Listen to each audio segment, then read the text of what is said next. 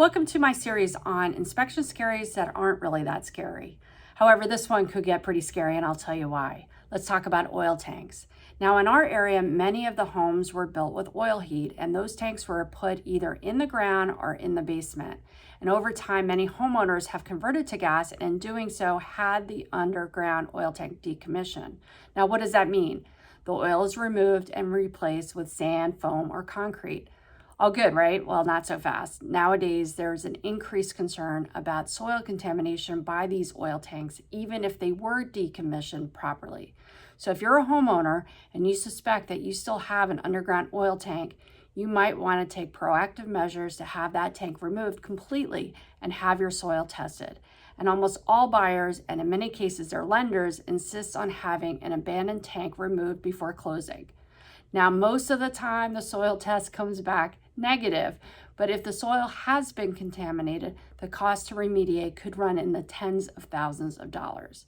And even if a tank has been commissioned, there still could be traces of oil in the soil. If you have no idea if your house has had an underground oil tank, you can get a scan done, which costs maybe a couple $100s, and a technician will scan your entire property and determine if there are any underground storage tanks.